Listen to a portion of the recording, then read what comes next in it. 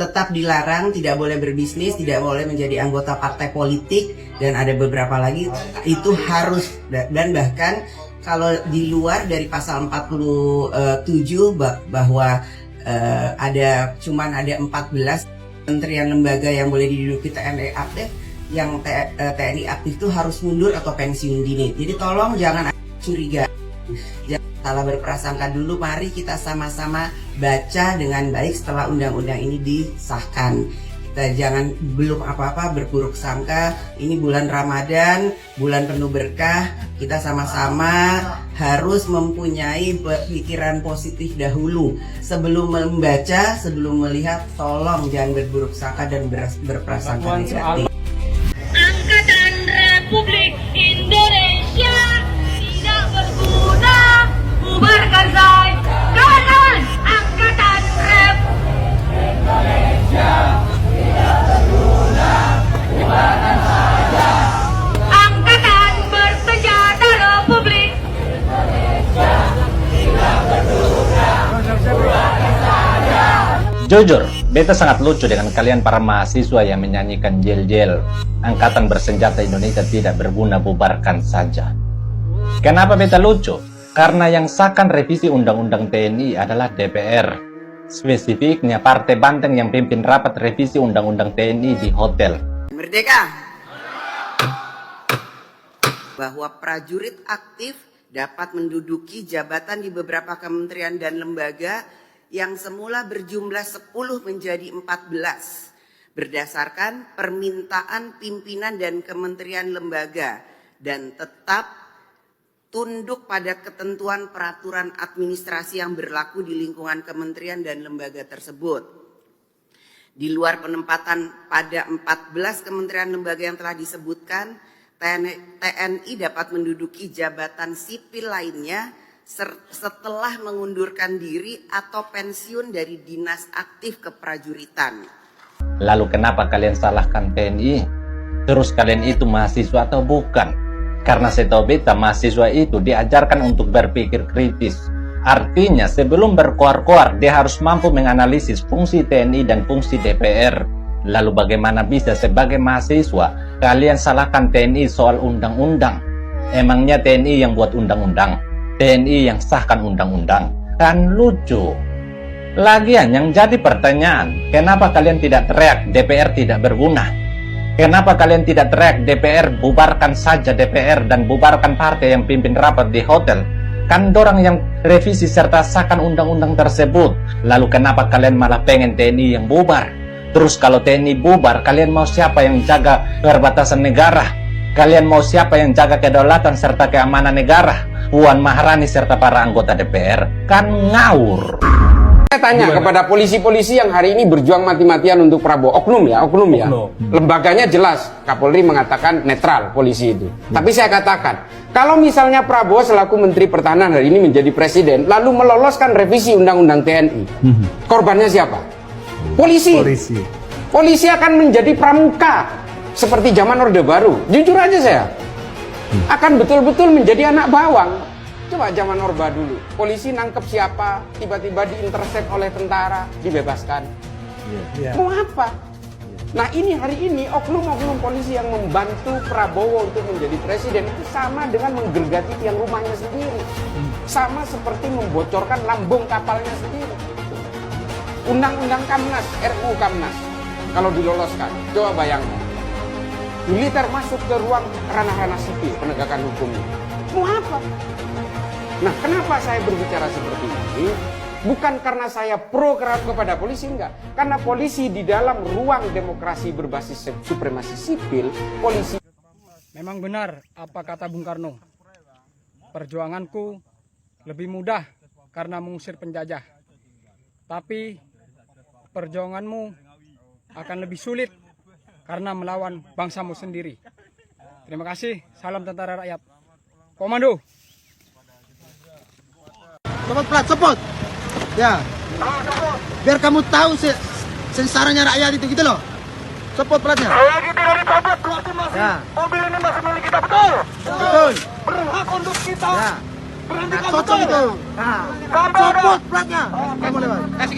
Kenapa orang-orang pada marah sama RUU TNI? Karena sedang ada RUU Polri. Benernya yang mau ada revisi undang-undang itu bukan cuma di TNI, tapi di Polri juga lagi ada. Pertanyaan besar ya, kenapa orang-orang malah pada fokusnya ke RUU TNI, bukan ke RUU Polri? Padahal lebih berbahaya RUU Polri kalau sampai beneran disahkan. Kalian bisa cari di Google atau nonton di YouTube betapa bahayanya RUU Polri kalau sampai beneran terjadi. Balik lagi ke pertanyaan kenapa orang-orang malah pada protesnya soal RUU TNI. Jawabannya, biar RUU Polri ini bisa luput dari perhatian publik. Makanya kemarin ada pihak-pihak yang menebarkan ketakutan dengan cara ngebuat narasi kalau TNI nantinya bakal nguasain kementerian, lembaga, sampai masyarakat. Biar publik itu pada fokusnya ke RUU TNI aja. Nah, RUU Polri-nya luput dari perhatian, tahu-tahu nanti disahkan. Padahal justru RUU Polri ini lebih berbahaya buat kementerian, lembaga, dan masyarakat. Apalagi yang kita tahu di badan kepolisian itu udah terlalu banyak oknumnya. Dan tingkat kepercayaan masyarakat terhadap polisi juga udah rendah karena oknum mereka sendiri. Pesannya buat orang yang suka main-main jadi pahlawan di sosial media, nggak usah mengatasnamakan warga sipil. Kita di sini juga warga sipil, gue juga warga sipil, cuma bedanya gue waras dan gak suka bikin keributan. Kalau warga sipil harusnya lihatnya adil, RUU TNI dikawal, harus berani juga kawal RUU Polri. Jangan cuma ke satu sisi doang, takutnya kan Anda jadi dead cat body buat ngalihin isu di sosial media. Kita lihat berita, ada revisi undang-undang TNI yang perwiranya bisa masuk lembaga sama kementerian. Ya tinggal dilihat aja fieldnya itu ada urusan soal militernya apa enggak. Bukan yang tiba-tiba anggota TNI itu bisa masuk Komdiji atau Kementerian Sosial, kan gak gitu konsepnya. Jadi buat SJW yang suka bawa-bawa nama warga sipil, nggak usah nyiram bensin terus bikin ribut, nggak asik men lo begitu sumpah. Nah sekarang kalian simpulin sendiri aja lah.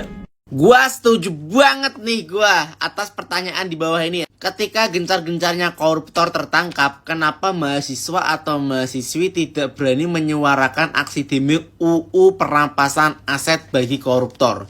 Kenapa kalian itu semua tidak demo, malah demo lengserkan presiden lah, apaan itulah gak jelas tau gak? Apa kalian semua ini mahasiswa atau mahasiswi demonya tuh asal-asal demo atau ikut-ikutan atau ada yang menunggangi? Demo itu harusnya menyelesaikan semua kebijakan-kebijakan yang tidak pernah diselesaikan oleh pemerintah. Nah, sekarang di era Presiden Prabowo semua koruptor, semua ketangkap semua. Dan DPR RI tidak mau mengesahkan UU perampasan aset atau hukuman mati. Harusnya nih para kalian semua yang terpelajar katanya mahasiswa atau mahasiswi, demo lah seperti ini, perampasan aset bagi koruptor lah atau hukuman mati. Kalian menyuarakan hak-hak rakyat seperti ini. Apa memang benar selama ini dugaan rakyat kalian itu ditunggangi atau mahasewa? Gimana nih menurut kalian? Tinggalkan di kolom komentar ya.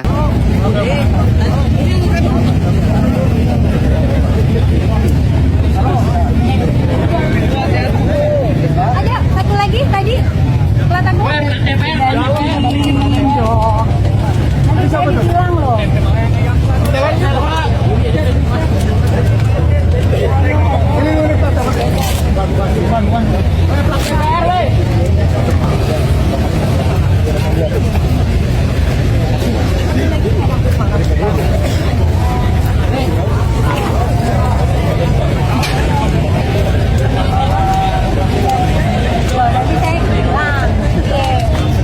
Kan baru dapat gue ya.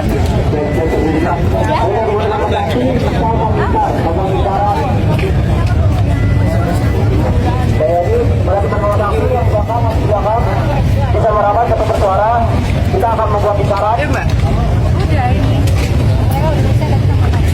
Oke, ini ada pemegang pas DPR.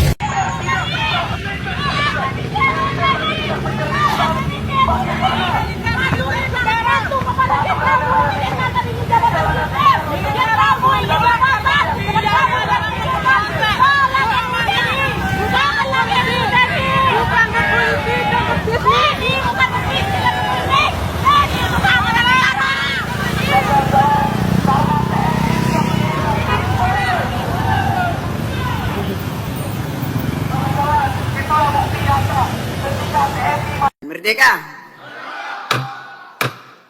Bahwa prajurit aktif dapat menduduki jabatan di beberapa kementerian dan lembaga yang semula berjumlah 10 menjadi 14 berdasarkan permintaan pimpinan dan kementerian lembaga dan tetap tunduk pada ketentuan peraturan administrasi yang berlaku di lingkungan kementerian dan lembaga tersebut. Di luar penempatan pada 14 kementerian lembaga yang telah disebutkan, TNI dapat menduduki jabatan sipil lainnya setelah mengundurkan diri atau pensiun dari dinas aktif keprajuritan. Pasal ketiga yang kemudian menjadi fokus pembahasan adalah mengenai penambahan masa dinas keprajuritan. Tadi disampaikan oleh Ketua Komisi 1, ini adalah masalah keadilan. Pada pasal ini mengalami perubahan masa bakti prajurit. Masa dinas yang semula diatur sampai usia paling tinggi 58 tahun bagi perwira dan 53 tahun bagi bintara dan tantama mengalami penambahan sesuai dengan jenjang kepangkatan. Karenanya kami bersama pemerintah menegaskan bahwa perubahan Undang-Undang Nomor 34 Tahun 2004 tentang Tentara Nasional Indonesia tetap berlandaskan pada nilai dan prinsip demokrasi, supremasi sipil, hak asasi manusia, serta memenuhi ketentuan hukum nasional dan hukum internasional yang telah disahkan. Kami meminta persetujuan fraksi-fraksi terhadap rancangan undang-undang tentang perubahan atas Undang-Undang Nomor 34 Tahun 2004 tentang Tentara Nasional Indonesia. Apakah dapat disetujui untuk disahkan menjadi undang-undang? Terima kasih. Sidang Dewan yang terhormat, berikutnya kami menanyakan sekali lagi kepada seluruh anggota, apakah rancangan undang-undang tentang perubahan atas Undang-Undang Nomor 34 Tahun 2004 tentang Tentara Nasional Indonesia dapat disetujui untuk disahkan menjadi undang-undang? Terima kasih. Alhamdulillahirrabbilalamin. Wassalamualaikum warahmatullahi wabarakatuh. Om Santi Santi Om Namo Buddhaya. Salam kebajikan. Merdeka!